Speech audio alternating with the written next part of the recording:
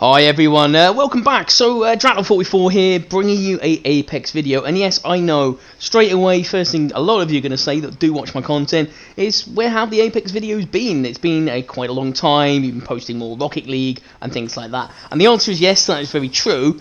But of course, I'm always going to still post Apex content when I am able and when I've got the time. And the editing does take a lot longer than actually the Rocket League does. So that is partly it, and partly also, you know, various few reasons. Anyway, let's get into the reason of the video. So of course, Season 8 started a little while ago, probably a couple of weeks, week and a half, something like that.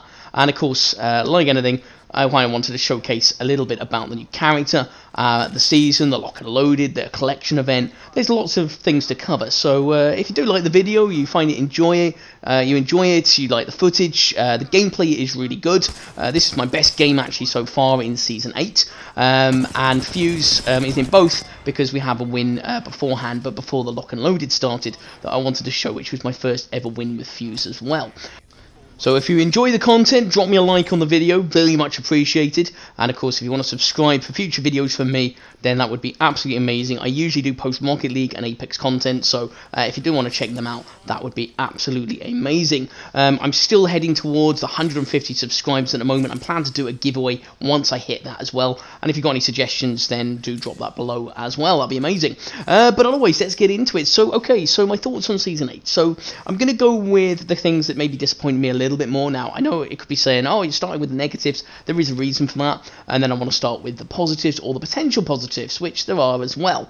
Okay, so the negatives are quite simple. The audio is still incredibly shocking and hasn't been fixed. You know, Respawn really have told us that they've got a dedicated audio team fixing the audio. Are they just having a break, or are they just incredibly crap? I'm not sure. Let me know, because the audio is horrific in this game, and it's probably one of the worst things that really make it such a nightmare. It makes it very hard to combat people, and it would be really, really good to see that fixed. So yeah, please Respawn, sort that out. That would be absolutely amazing. The other thing, of course, is the lag. So yeah, just know my finisher. Just gonna headbutt Bloodhound there. But you know, the lag is, of course, one of the things that maybe is still a problem.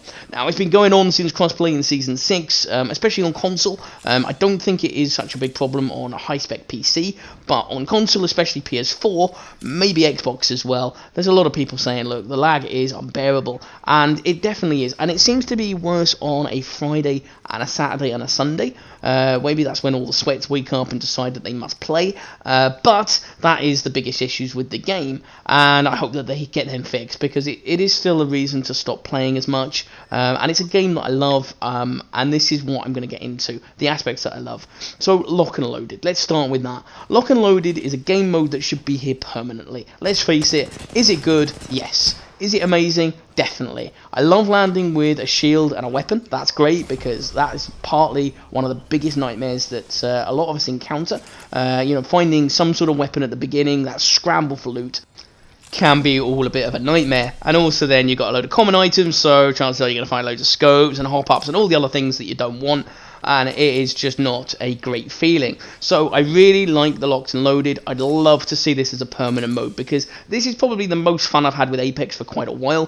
The anniversary mode, I mean, absolutely brilliant. Again, that is nice as well. You know, the fact that they've actually given us free stuff really has been quite pleasant, and I would definitely say that that is something that, you know, although they want us to spend, and I understand that, I do want, of course, a lot of, you know, items where we just get some items as well for free, a little bit of value. And the fact that we got a collection pack, or 2 collection packs for free, absolutely amazing. I was actually lucky enough in my first free pack to get the very skin I wanted, which was the Bloodhound Hunter's Moon skin. It looks amazing, the detail is incredible, the colour, everything else, and absolutely brilliant.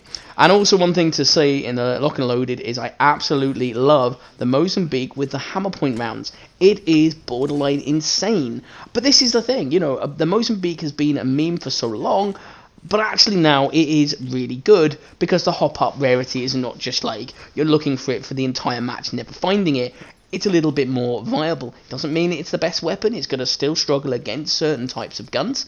However, it's going to definitely do better than it used to, and that is an absolute massive positive to me. So yeah, so let me know in the comments below, have you been using the Mozambique hammer point?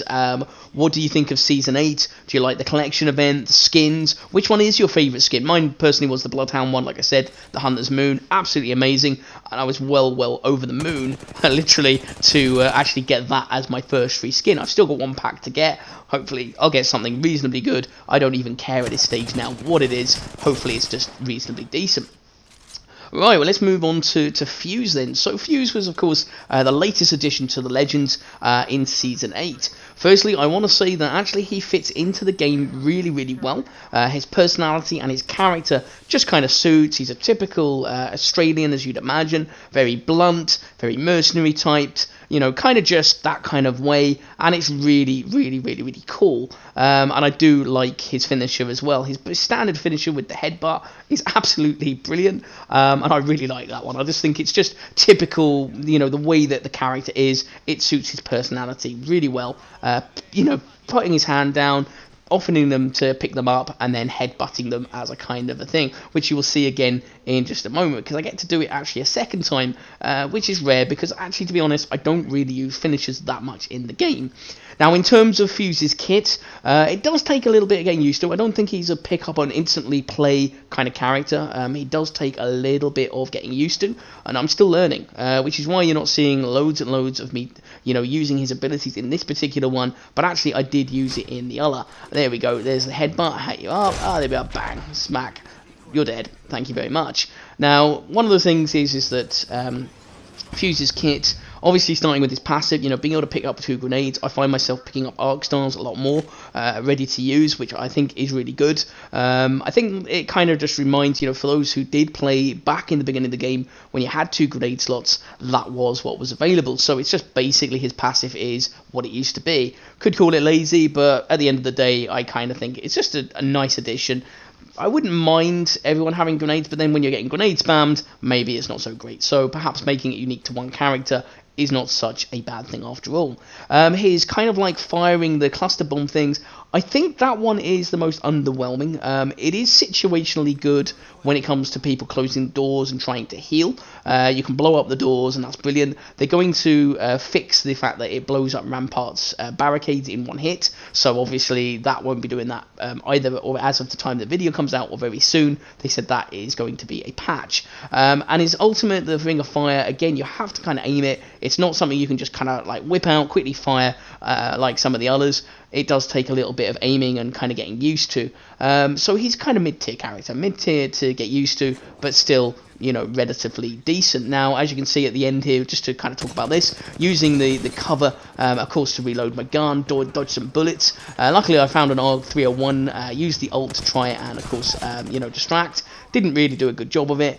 Unfortunately, Viper got down, but the old gold R301 held its sort of thing. Managed to get some damage there, and of course then do damage to Loba. Now, you'll probably kind of laugh, because the ending is kind of like, should have been me killing them, but they just died in the storm before I could hit them. Yay. Go yay for being a bit rusty on aim, eh? But anyway, main thing is we won the game, absolutely brilliant, and that is another one going against all the badges that, of course, you can collect if you're interested in that type of thing, which I am. I love collecting new badges. You've got to basically win with 8 different legends. Yay, I've done 4 so far, so not too bad, but, you know, still a fair amount to kind of go. But hey, that's one of those things. Now, this one showcases, actually, this was the win before Lock and Loaded actually started. So this one showcases just a little bit more of me actually being able to use the abilities at a certain stage. There's a big battle between us and a Bloodhound and Wraith, which kind of like is still me getting used to the abilities. So, you know, do forgive me for not showcasing it, how brilliant it is, because unfortunately, there were certain things that I did that maybe some of them were to sort of cover, to sort of give us time to kind of heal. You can see them sort of spamming grenades as well. So again, this is why maybe every character having 2 grenades. I can see why they changed it. They didn't really want to do it. I accidentally kind of hit the roof there, but in actual fact it worked out, because it gives Viper just a little bit of time to heal up his shield and me as well, because they don't push. So this is kind of like something that I do feel is one of those things where you can kind of aim it, you can kind of like try it and do your best. They're spamming grenades as well, and it's a bit of a long drawn out gun battle stroke grenade battle. But you know, a Bloodhound being a Bloodhound, as I well know, decides to go into Beast of the Hunt and of course push, and this kind of just makes it a little easier. I sprayed down the flame, not maybe the best mortar ever, but like I say, I was trying to fire it into the actual corridor. It slowed him down, but it wasn't quite the plan. So you do kind of see that later on as I develop, actually doing a lot better with this, and that was kind of a key thing.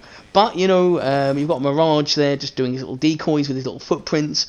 Pretty cool. Definitely a good addition to his kit. Nothing major, but just a nice little addition. Can definitely disorientate the enemies. And of course, you know, just using a bit of cover, just peeking out, just trying to get some shots in, and of course trying to just make them make a mistake. Now, of course, when you've got a Vault, of course, and a 30-30 repeater, it does make a little bit of a difference. 30-30 repeater, I like it. I don't think that it maybe is as amazing as perhaps some of the other guns, but you know, it's pretty cool, and I do like it. I definitely will use it as much as I possibly can. Now, luckily, I managed to down the Wraith. I then try to shield swap. Doesn't work for me, which is rather irritating. But luckily, the Bloodhound being disorientated by, of course, the Mirage decoys, he actually makes a complete mistake and gets distracted, and I'm able to shoot him. That was a little bit squeaky. Managed to get the revive. Happy days. We're looking good.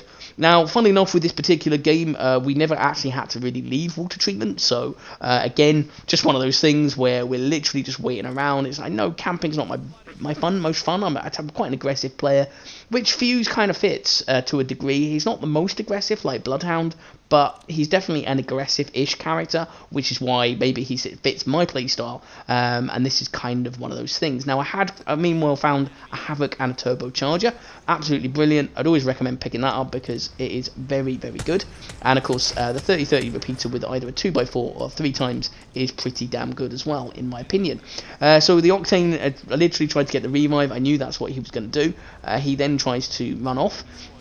I feel sorry for the Bloodhound at this point, because the Bloodhound just lands completely unarmed into 2 people with a gun. I start shooting, he tries to jump, and Viper gets the down with, I believe, a Spitfire.